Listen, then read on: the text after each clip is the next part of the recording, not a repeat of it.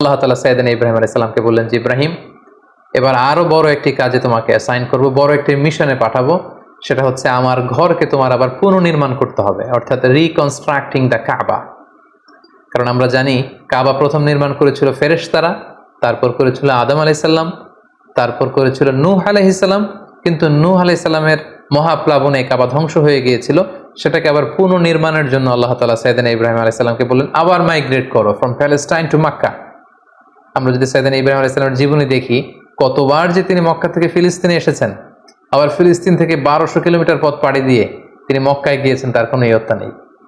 তিনি কাবা নির্মাণের জন্য গেলেন এবং সন্তান ইসমাইলকে নিয়ে কাবা নির্মাণ করলেন। আল্লাহ তাআলা বললেন ওয়াইদ বাওয়ানা লিইব্রাহিমা মাকানাল বাইত, আমি ইব্রাহিমকে I pointed out for Ibrahim the site of the house, Kaaba ঘরের সাইটটা আমি দেখিয়ে দিলাম, এটা কতটুকু উঁচু হবে, কতটুকু দৈর্ঘ্য হবে, কতটুকু প্রস্থ হবে, তার সবটুকু